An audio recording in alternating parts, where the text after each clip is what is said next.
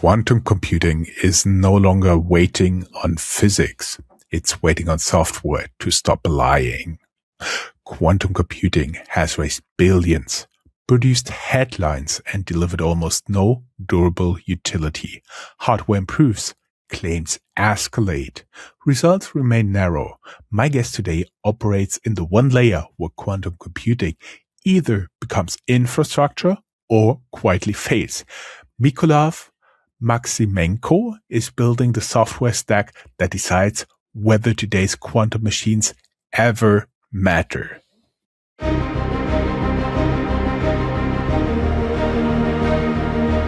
Welcome to Startuprad.io, your podcast and YouTube blog covering the German startup scene with news, interviews, and live events.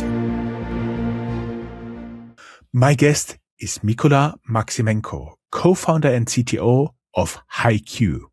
Trained in theoretical physics at the Max Planck Institute for Complex Systems at Dresden, University of Göttingen, University of Magdeburg, and the Weizmann Institute, he later led large-scale industrial R&D before founding Haiqu. His company focuses on a problem the industry prefers to avoid. Quantum hardware exists, but the execution layer required for real applications does not. Haiqu builds hardware-aware middleware designed to minimize noise, extend usable circuit depth, and make current quantum processors economically relevant.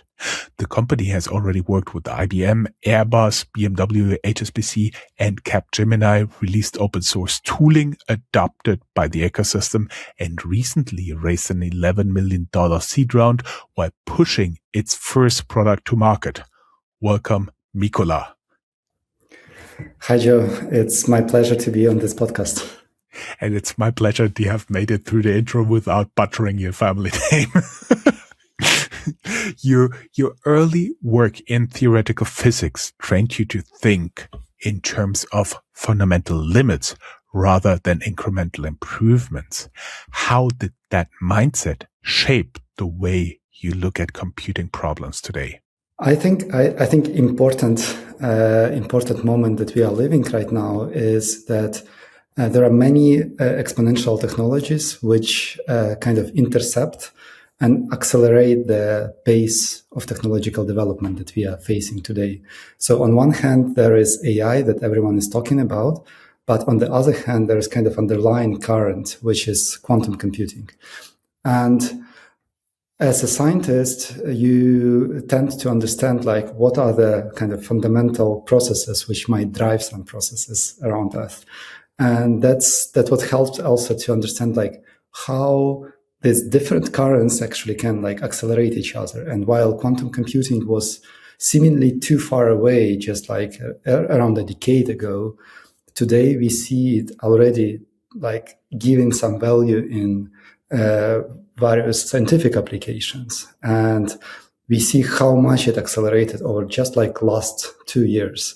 And while being in this community and in this scientific endeavor for a while, I can already kind of predict that within next years, we will see quite a lot of progress in quantum computing, such that we may not even predict that in the incremental way. You then moved from academia, we already talked about it, into industry R&D leadership.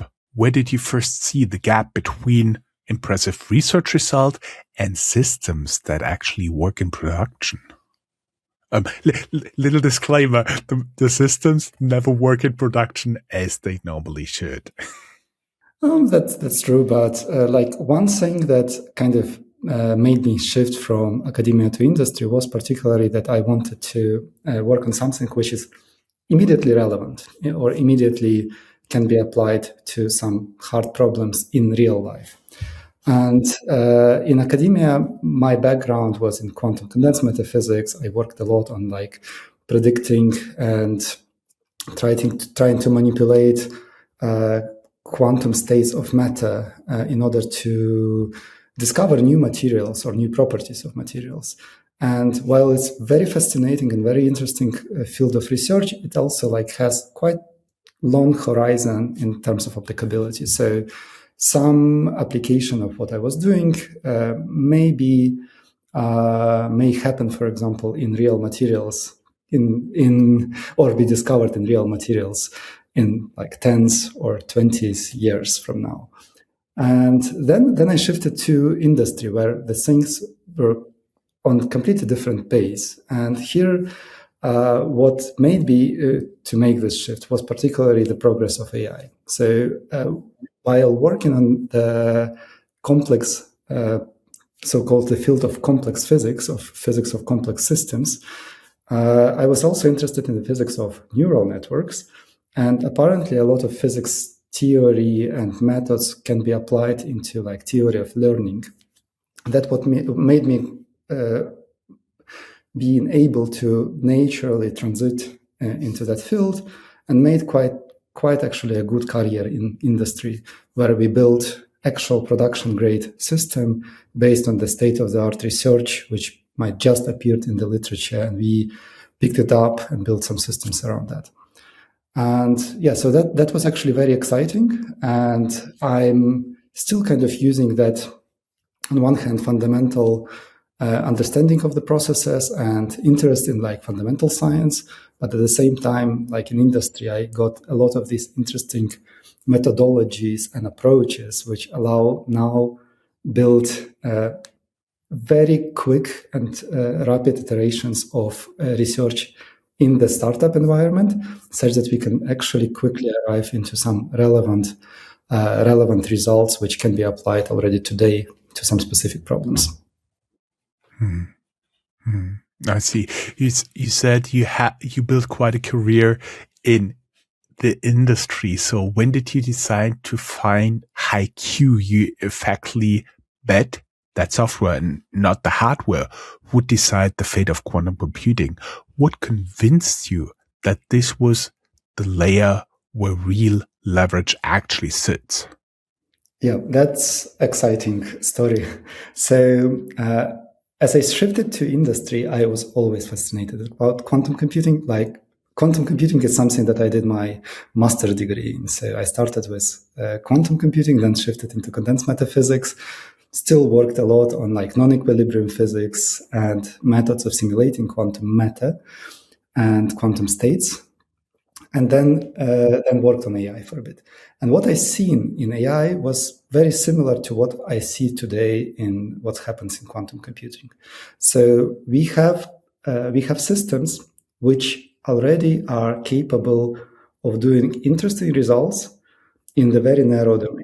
So, for example, you can apply modern quantum computers, to a specific simulations of states of matter or some specific optimization problems, which might be very hard or nearly impossible to solve on the classical computer. However, there are still classical counterparts, but in some cases, solving some of these problems on the quantum computer can be already faster and sometimes even more convenient. And that's exactly what I seen in the beginning or early stages of deep learning, where these systems were already discovered and people seen a lot of interesting, fascinating applications in computer vision, in image recognition or signal processing. However, it took around 5 to 10 years before these systems became massively productized. And one application for that, and one background process which contributed to that embrace of technology, was particularly building a bunch of the infrastructure around the research artifacts, for example, PyTorch system or TensorFlow systems, which allowed a lot of people to build these complex and more complex neural networks easier and train them at scale, reproduce the results at scale, such that the whole research community accelerated dramatically. So we kind of lacked that in quantum computing. So running something on the quantum computer 2 years ago was very hard. like people experimented literally with like small prototypes of 4 to 10 qubits. Today, we already see a community which runs applications on hundreds of qubits. And hundreds of qubits, this is already a scale which is often hard to reproduce classically. So you need to be an expert in numerical techniques, in classical high-performance computing in order to reproduce those results. So it went from extremely toy problems to already more or less state-of-the-art high-performance computing. So I'm very optimistic about where it all goes. And I think this intuition of combining different experience between fields helps me today to shape our research agenda and prioritize on what to focus on. Mm-hmm. Out of curiosity, you've been talking about that quantum computing can now deliver what high-performance computing as state-of-the-art computers can deliver right now. So I was wondering if you extrapolate when quantum computing has its full capability, what could this mean? Especially everybody is talking right now about the energy usage of all those data centers that the big AI companies or the hyperscalers in general are right now building. What could that mean? Would it mean 100% more computing power per watt, or where would quantum computing go there? And then can you give us a very tiny idea if you have the current LLM models running on a much more capable quantum computer?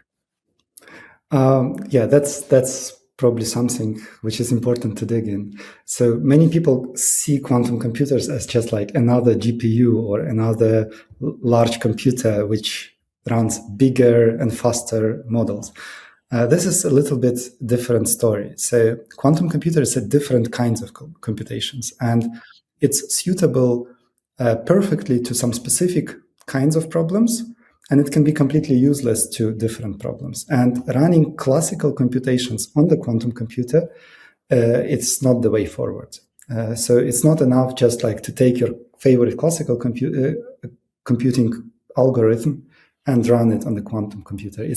You need completely rethink the problem and rethink the mathematical approach to your algorithm to actually use all the capabilities of quantum bits, the entanglement, the ability to parallelize those computations using quantum computers. So this is a different way of computations. And that's importantly to realize that it's probably not immediately applicable to running large LLMs or running conventional machine learning applications. Actually, if you think about applying big data problems, one of the crucial bottleneck in quantum computing is actually loading data in the quantum computer. So one of the breakthroughs that we did at Haiqu was particularly unlocking this capability of loading large-scale data sets, which are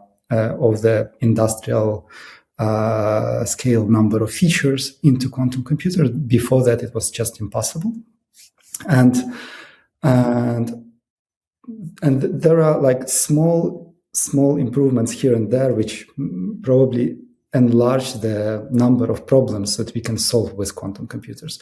But before we go into ubiquitous era, we will be focused first on the very narrow problems. And some of them are designing new molecules and simulating new molecules. That's a very hard problem for classical computers, but this is something where quantum computer can actually help, because this is a natural system to tackle with qubits. It maps on almost one-to-one. We can think about the problem that I was solving in my scientific career, like a problem of materials. Like if you want to simulate superconductivity or magnetism in some specific new types of metals, then quantum computers can potentially help with these problems. So, or computational fluid dynamics, that's another interesting problem, which is very widespread in industry. So companies in aerospace or automotive run a lot of computational fluid dynamics simulations. And you very quickly actually kind of hit the glass ceiling there with the grid that you can simulate on the classical computers, while on the quantum computers, theoretically, you can go to much more denser grid of your simulation and have much more precise results. However, it's very hard right now to map this algorithm directly, and we also working on that, helping some companies who are our partners to actually make this transition. So there are a bunch of problems like this: optimization, simulation, natural systems, and multi-physics simulations. These are probably those which will be on the kind of early low-hanging fruit horizon. Mm-hmm.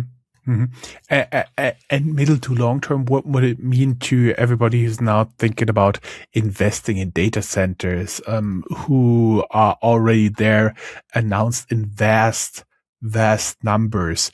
Do you think that'll change something over time when quantum computing really becomes productive, especially in terms of space needed and energy for computing of some form, maybe still LLMs, of artificial intelligence? Look, even from the current perspective, like if you want to simulate like some process in nature, like for example a molecule, you can do that. You can do that on the classical computer to some extent. And I used to work, for example, on the largest, on some of the largest supercomputing centers in Germany, and those simulations cost a lot. They can cost easily like $200,000, and in order to simulate some material or like some specific physical effect, you can run those simulations sometimes for weeks in order to get some reasonable result. And we already witness some interesting types of these simulations where we can simulate the same system, still simulatable classically, but we can simulate it already today on the quantum computer, and we can get result maybe in 10 minutes. So even from that perspective, like running large supercomputing cluster for weeks or running a quantum computer for a few minutes, I can already hint that you actually probably spend much less energy on that. When we will be able to run machine learning simulations at scale, I would say that probably will transit also to machine learning simulations. I need to be honest that machine learning is still hard to solve like directly on the quantum computer, but there are very specific problems, for example, anomaly detection, which potentially quantum computers can actually solve more better than classical computers. And we already see a few of those examples here and there. But ubiquitous machine learning, where we, for example, apply it to LLMs, it's probably some years away from now. Mm-hmm. Some years. Okay, I see. Let's get back to the original questions I envisioned for this interview. For founders watching quantum from the outside, noise, not qubit count is the real reason most pilots fail quietly. What actually happens inside these systems that makes noise such a dominant constraint? Yeah, so you should think about quantum computing as basically early stages of classical computers. Like, try to remember what happened in classical computing in between 40s and 60s. So these were these were large machines. Like sometimes they were like of the size of a room, and they were very hard to operate. They did not have error correction at that time. So basically, they were operating with valves, and those valves can very easily overheat or become malfunctioning. So, like literally, the first bugs were in those computers just because some things did not function well. So you should be a high-level hardware operator and understand like the low-level algorithmic theory in order to run something on these machines. And that was for a while before error correction was introduced to these machines. And today we are in very similar era in the quantum computers. So these machines already exist. They have hundreds of qubits. Hundreds of qubits are hard to simulate. And we already have evidences from Google, from IBM and other companies that you can simulate on these machines some very complicated states of matter or quantum states, which are impossible or will take extremely long time to simulate classically. So we have those evidences. Now the question is how we can use these machines for something practical. And that's where the bottleneck is, because in order to run something on the quantum computers, you need to be very much an expert in how to fight noise and imperfections in these machines. They are not perfect. And in order to apply error correction to them, you need thousands of qubits, and we are not yet in that regime, and better fidelity of those qubits. So we are in the low qubit regimes and noisy machines. But apparently, even in this regime, you can extract something useful. And in order to do that, a lot of expertise is needed. So what we try to introduce is, to some extent, democratization of ability for a wider community of scientists, of algorithm researchers, of material scientists, quantum chemists, use quantum computers for their own simulations and try to discover something useful. And in order to do that, we abstracted away all those low-level manipulations with noise, with improvement of performance, with reducing the impact of noise on the algorithm performance, such that scientists can purely focus on science and on the mapping their problem to the quantum algorithm. And they can completely forget about what happens under that layer. And we think that is crucial for today, because today we need more and more scientists to work with quantum computers and discover those applications. The more people will run on quantum computers, the sooner we actually will discover useful applications, as we did with classical computing, as we did with deep learning applications and other use cases. You often say the quantum software stack simply doesn't exist yet. When companies start experimenting with quantum today, where do they usually underestimate the integration complexity? Yeah, so when we interact with industries, what we frequently see that many companies start setting up the quantum programs. They understand that this is a technology of the future, and sooner or later this will dramatically transform of what they do in many of the heavy high-performance computing simulations. And in practice, this is not only about building software, it's also about deep, low-level expertise in happening something to run on the real hardware. And that's where we see real gap. So I know few companies who actually have some expertise in running simulations on real hardware at the state-of-the-art scale. Most of the simulations which people do are of the toy scale, but you can run more. And in order to do so, you need a deep expertise in, for example, tailoring noise, such that you can use various symmetric properties in order to simplify the noise that is in the hardware. Then you can do a bunch of tricks in order to suppress its effect on the algorithm performance. You can also work on the algorithm itself in order to reduce the number of operations that operate in that algorithm and drive you to the resulting state. So all of these tricks are complex in nature. And frankly speaking, you need to be expert in just doing this for some very short period of time while these computers are in this state of performance. And I don't think anyone in industry should actually spend a significant amount of time focusing on this low-level optimization. So this should be done automatically, and that can be done by a middleware stack.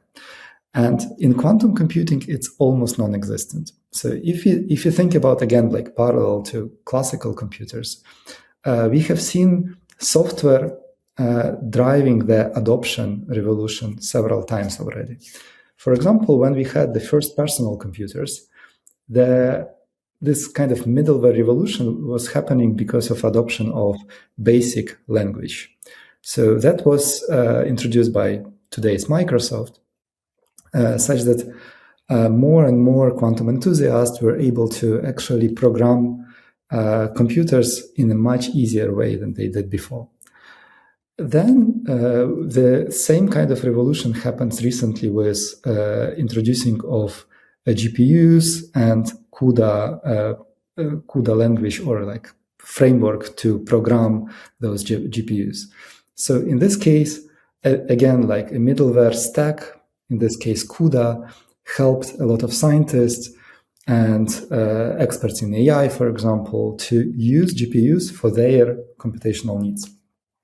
And currently we are in this very same kind of stage with quantum computers. So there is, right now, I would say there is no CUDA or no BASIC for quantum computers. It's still very hard to program them. You literally work on the quantum assembly level, and it takes a lot of efforts to run something.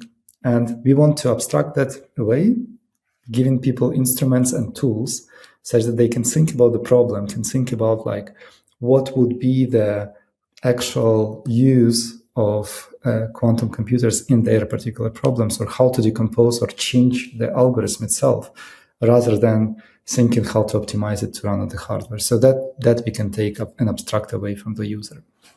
Mm-hmm. We're talking middleware here.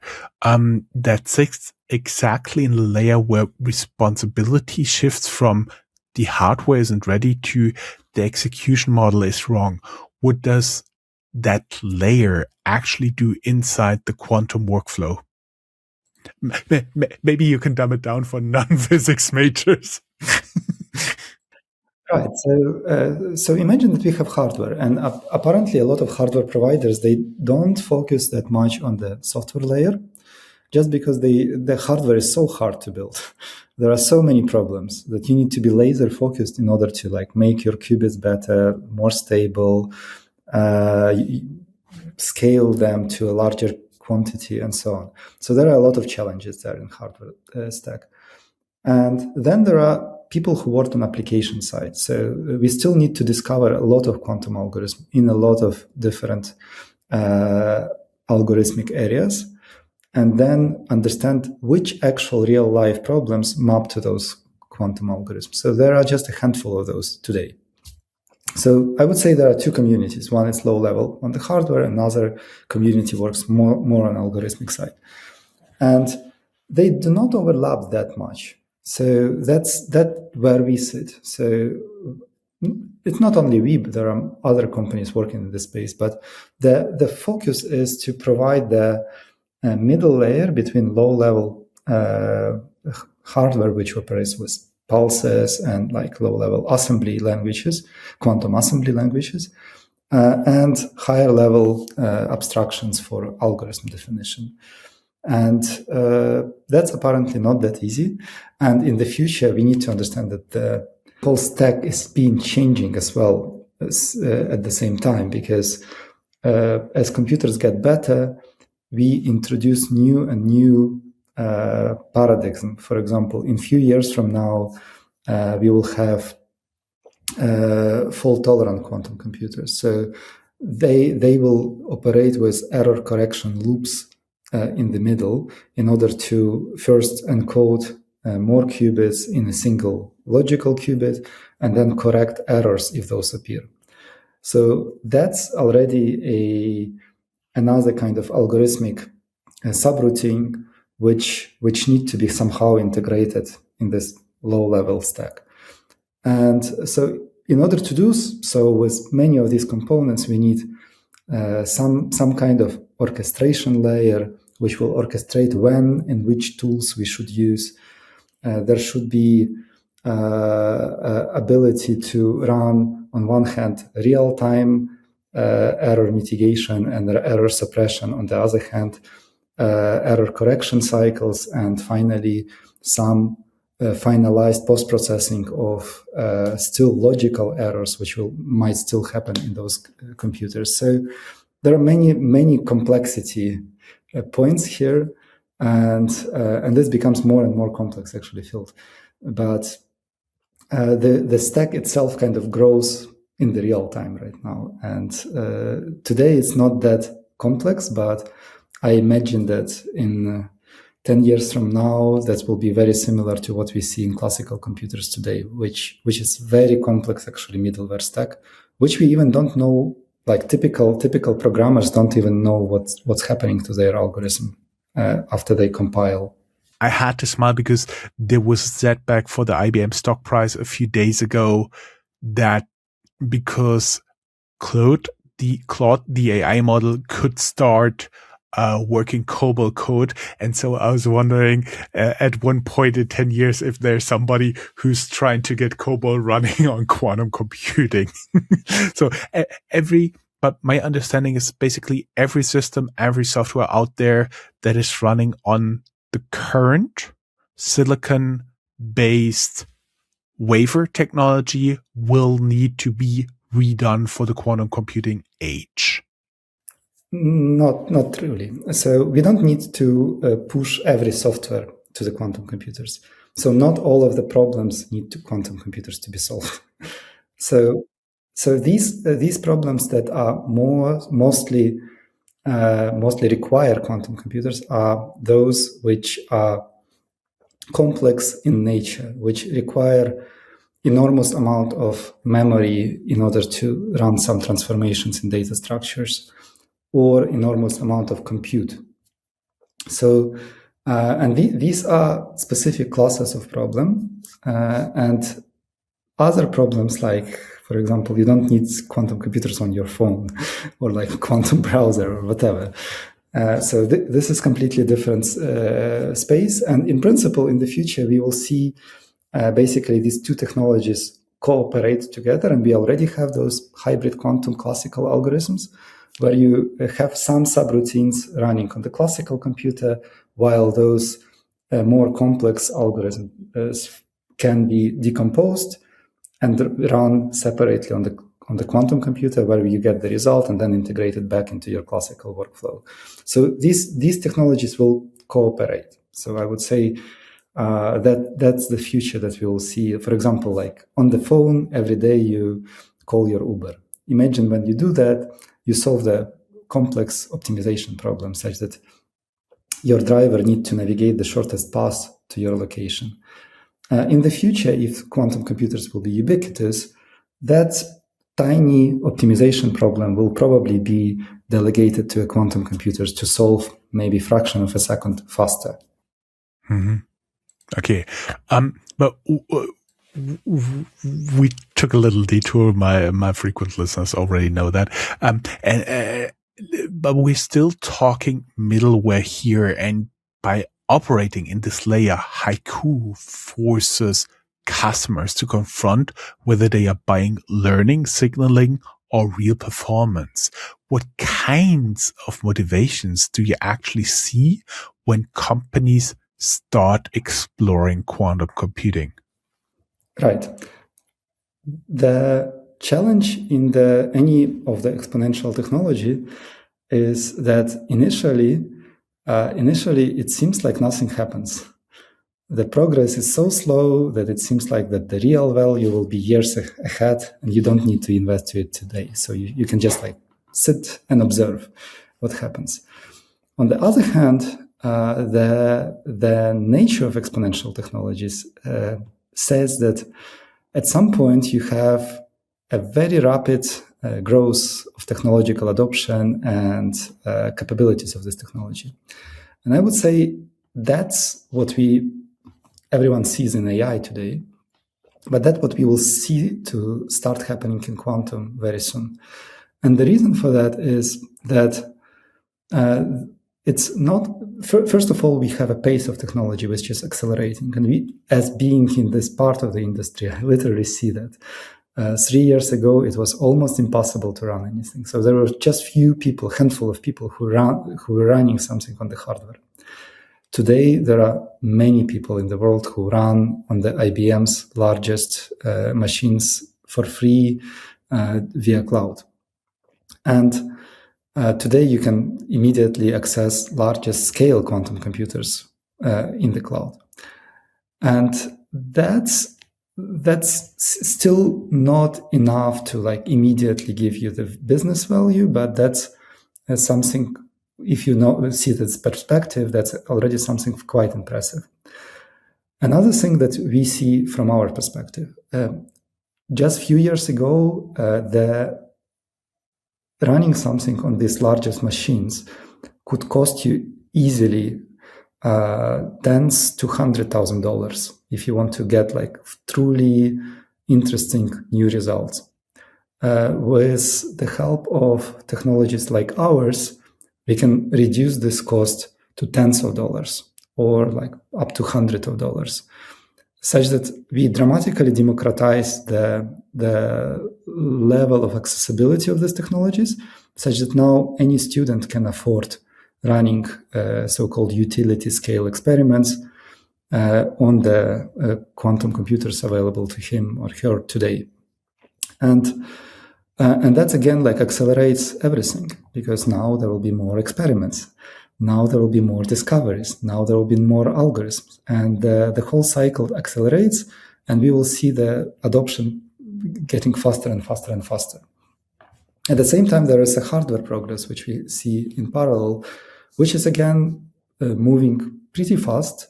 Companies actually hit their milestones in different qubit modalities, in superconducting qubits. We see growing number of superconducting qubits grids. We see error correction codes already applied on the superconducting computers. We see trapped-ion computers actually also growing in number of qubits and in the speed of running operations on these computers. Neutral site atom computers also move forward very fast. Soon, there are a few companies who promise photonic quantum computers. So there are a lot of different kind of underlying currents which accelerate the whole pace of this technological progress. So I'm very positive and very optimistic about the future of quantum computers. Me too, but would have also understood is that many current quantum initiatives may be premature. From your perspective, when should companies pause experimentation rather than accelerate it?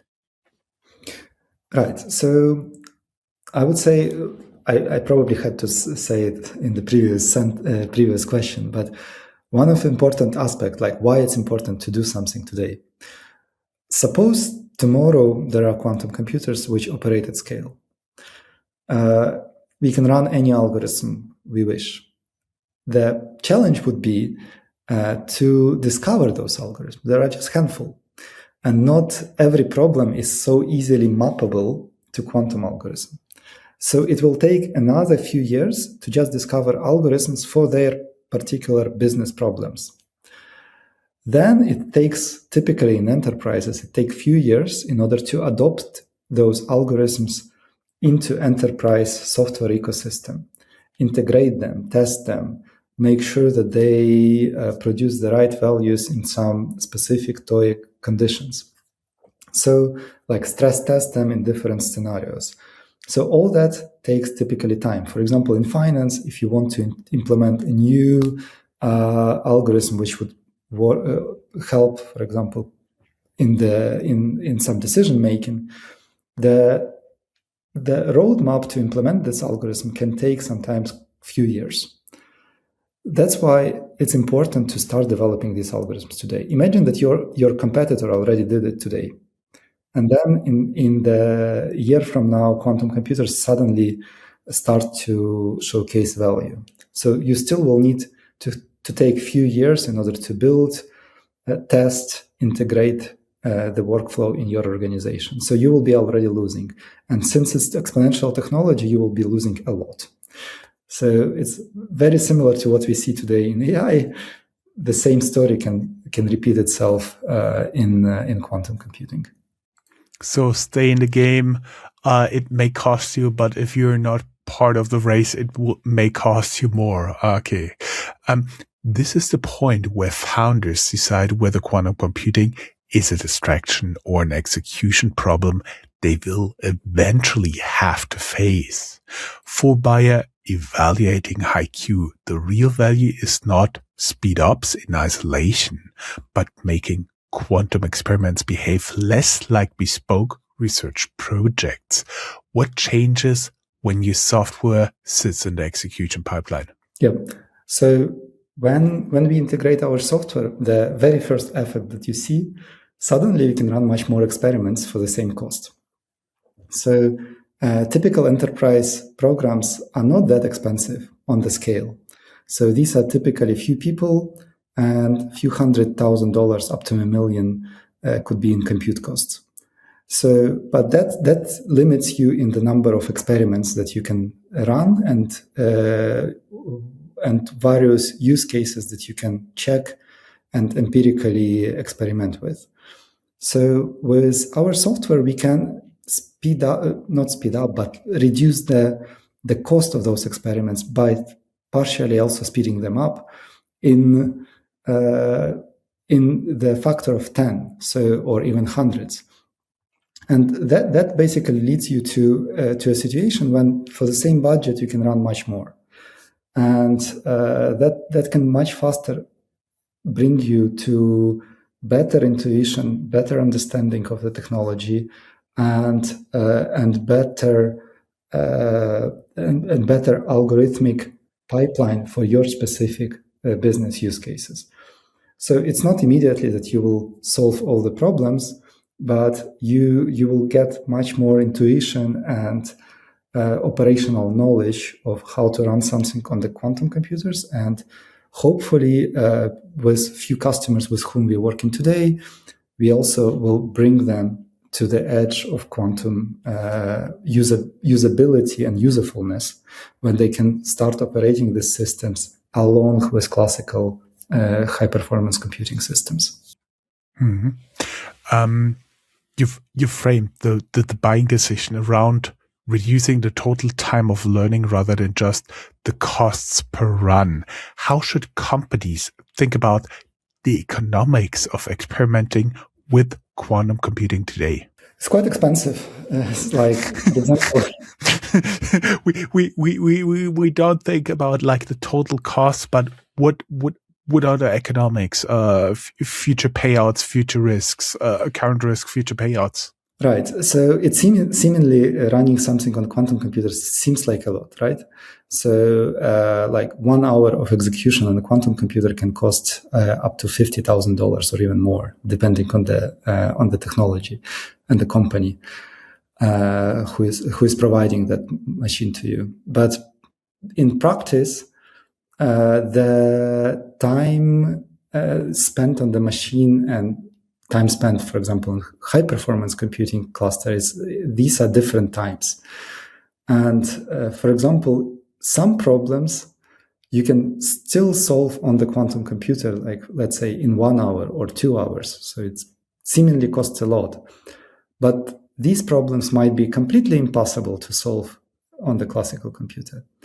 And for example, if you're a chemistry company and you need to create a new molecular structures to have specific properties, you need to run those simulations daily and a lot of them. And eventually you are literally limited by the size of molecules that you can simulate. And if quantum computers will be of a particularly good quality, you will be able to simulate them in minutes or maybe hours instead of weeks or months on the classical computer. Or sometimes you cannot do that at all on the classical computer. So it's eventually we will just get to the economy where you either can run something or you can't. So it's not even like in terms of economics, it's just like there are some applications which are just will be impossible to run classically. You're doing very, very great, but I'm afraid we're way over time here. So I think we're now running around 35 to 40 minutes maybe 45 minutes in total. But usually that's the length of one of our interviews. So I'm afraid we need to do a little cutting here and go into part number 2. That's all, folks. Find more news, streams, events, and interviews at www.startuprad.io. Remember, sharing is caring.